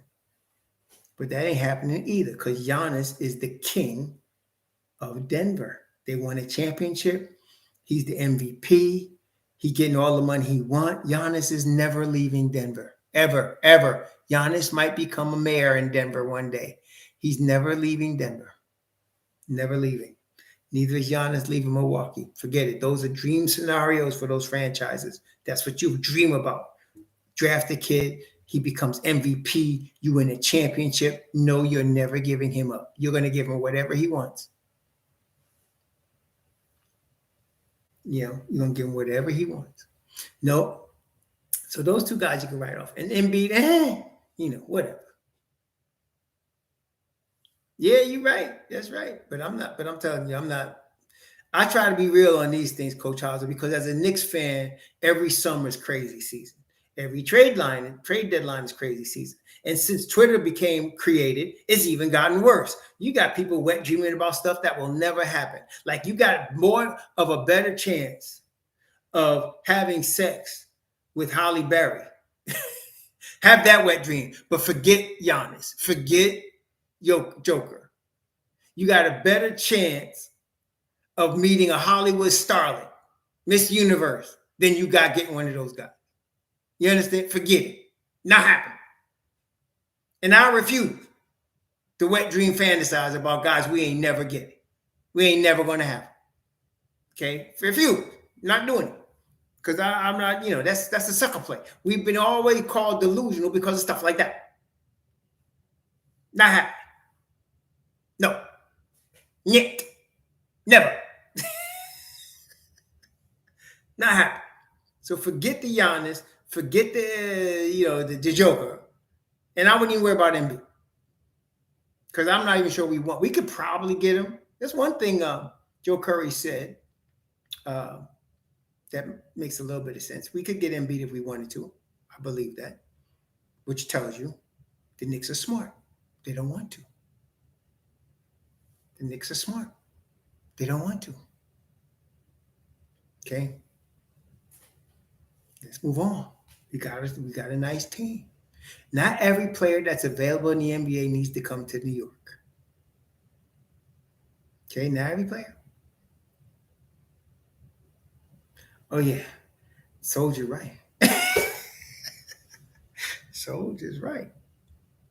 No joke. You know what I mean? Soldier ain't joking. Shoot. Soldier, you ain't joking, bro. I ain't gonna say no more. There's ladies in the room. I ain't gonna say no more.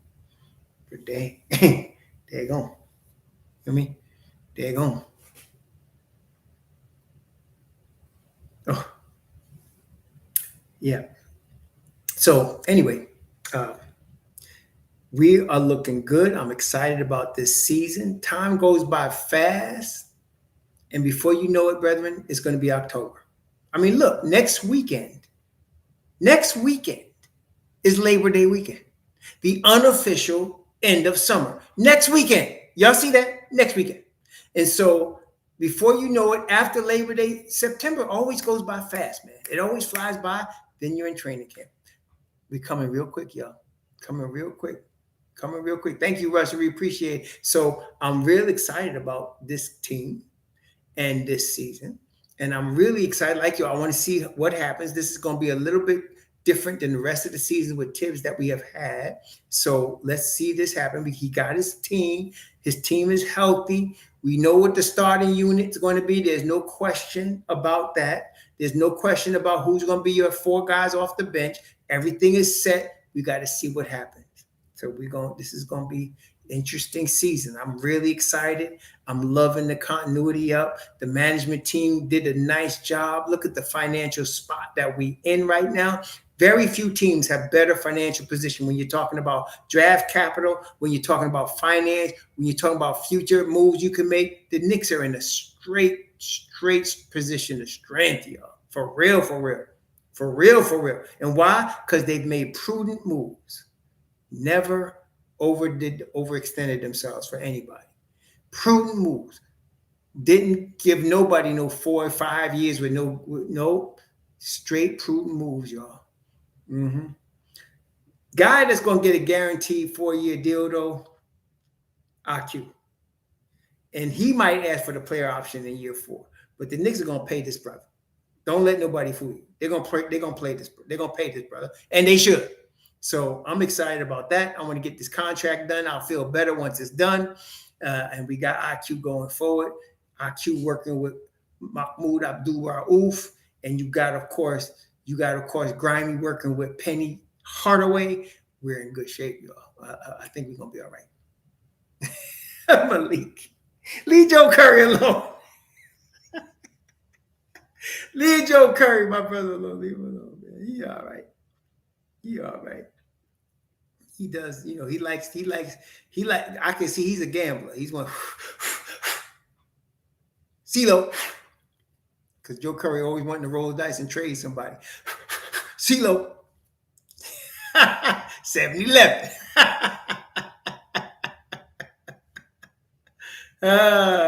I'm going to be conservative as I've been. I'm going to say 50 plus wins. How much more than 50? We'll see. This team's a 50-win basketball team. We'll see where that puts us, but we're in good shape. I'm very excited about this team. So let's see how we do. Yeah. Oh, no, soldier. Get his name right now. He's Mahmoud Abdul-Rauf. He done lost the slave name. a long time ago. That's what got him blackballed. He done lost the slave name. He's Mahmoud Abdul-Rauf. That's his name. It's like calling Muhammad Ali Cassius Clay. You can't call Muhammad Ali Cassius Clay. You got to call him by his name, right? It's like calling Malcolm, you're saying Malcolm Little. His name ain't Malcolm Little no more. His name is Malcolm X.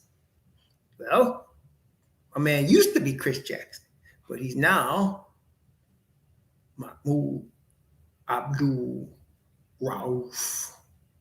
That's his name. That's his name, baby. That's right. You don't call him Lou Alcindor. His name is Kareem Abdul-Jabbar. I think he got a Shabazz in there somewhere too. Mahmoud Abdul-Rauf, M-A-R. That's all you guys say, right? If you don't know how to spell the name, because I can't spell it either. M-A-R, Mahmoud Abdul-Rauf. Yeah, I can't. I'm too poor to go to any casino. I ain't got money to throw away. Like that. I ain't no gambler, man. I can't be doing that. I ain't got it like that. I wish I did, but I ain't got it like that. Yeah, well, Ron Artest, Meta World Peace. That's Ron Artest. But anyway, he's Meta World Peace now. What are we going to say? That's his name. Hakeem is the guy in Houston. Hakeem is that with the H, the guy in Houston. Yeah, Hakeem Olajuwon. But that was his name. He was born with that name. He was born in Africa. He was born in the motherland. So they gave him that name from birth. Hakeem Olajuwon. Yeah, exactly. Yes, he did. Hakeem is oh, man. Yeah. Was it Nigeria? Is Hakeem from Nigeria?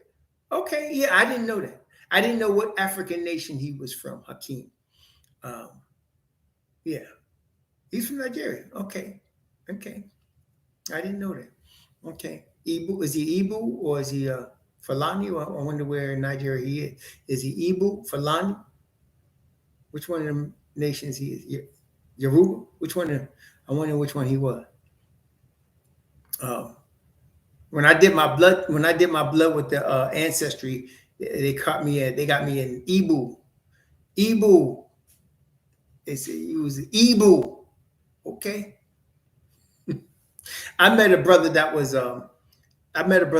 Yoruba, and he said, "Yeah, you look like an Ibu. Ibu's always pushing." He said, "You light and you pushy. That's Ibu." I said, "Really?" Oh man. All right. Anyway, y'all, please enjoy. I'm gonna take my wife out to dinner. I'm gonna get me a steak and enjoy myself today. I was trying to think whether I should work out before I go or give myself a rest today. Still 50-50. We'll see how I feel after we eat the steak. But y'all, no peach cobbler, no carbs, no sugar, no carbs, no sugar. Carbs and sugar are the devil for me right now. That's the devil right now. I'm staying away from the devil. Carbs and sugar, no.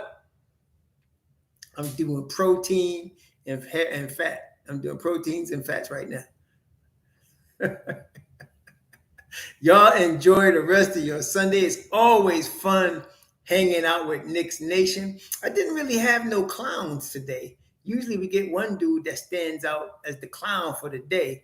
Somebody to give us that entertainment. We didn't really have that today. There was no real clowns out here today. Well, you know what it is, Aunt Susan, my goal is to have 3,100 burpees in August, which is 100 a day. So yesterday was the 26th, and I got 2,800. So I'm ahead of schedule. So I'm at this rate. If I work out today and work out tomorrow, I'll have my 3,000, and I still got 3 more days to go. So I'm trying to see. We'll see what happens. So I don't want to wear myself out. I'm still old head, but I'm ahead of schedule right now. Yeah, Mister. Yeah, but we usually get a guy in here that gives us, comic relief. Gives us comic relief. 3,000 a month, okay? 3,100 for the month. 31 days in August. 3,100 burpees. That's what I wanted to do, but I'm ahead of schedule. I'm actually 2 days ahead of schedule right now. I got 2,800, and I finished the 26th day. Today's 27, so I could take off today and still meet my goal, but we'll see. I'm still not sure. Let me see how I feel after I have this dinner. I got to go get dinner with my wife, visit my daddy, and see how everybody's doing today. Nah, I can't croak Chowser, man. When I eat fruit, my stomach I get cramps. When I eat fruit, I get cramps. It's whatever they doing to the fruit in the US of A messed the brother up, man. When I go to another country, I could eat it, but I can't eat it here. It's all kind of messed up. No, 3,000. 3,000 for the month is a record for me. So we're trying to get that. But yeah. No, I got my gym right on my patio. I got it right back here. I got it right on my patio. Got my whole setup. Got my what do you call it? Kettlebell. Got my chin-up bar, freestanding chin-up bar. Got my treadmill. Got my mat out there. Got my dipping bars. I got my whole gym ready for Freddie. Ready for Freddie. Ready. Well, I got to just go out there and do my thing. That's all I got to do. But I think I'm gonna see how I feel today. I might chill. We're gonna see how I feel. Yeah, for good reason, Blair V. It's garbage. It's poison. And the United States has went, like, for example, the bananas come from Ecuador. They're real sweet for a reason. They're sweeter than bananas are supposed to be for a reason. They bought a whole bunch of land in Colombia and Ecuador, and and they got some toxic stuff out there they bring into us, man. So I can't even eat it. And now I'm talking about I was eating organic banana. My stomach doubled over, man. Can't even do it. And don't ever, I'm telling you, if it don't have seeds in it, don't eat it. If it don't have seeds in it, don't eat it. Don't eat it. It's supposed to have seeds in it, especially watermelon. Don't eat no seedless one. It's not good. They done messed it up. Yeah, messed it up. But today, I'm having me a ribeye. A ribeye steak today, baby. That's what we're doing today. Ribeye steak. So let's see what we got. Y'all enjoy your Sunday. Be safe out there. Again, always nice to hang out with y'all. Always good. Please enjoy yourself today. Be good. So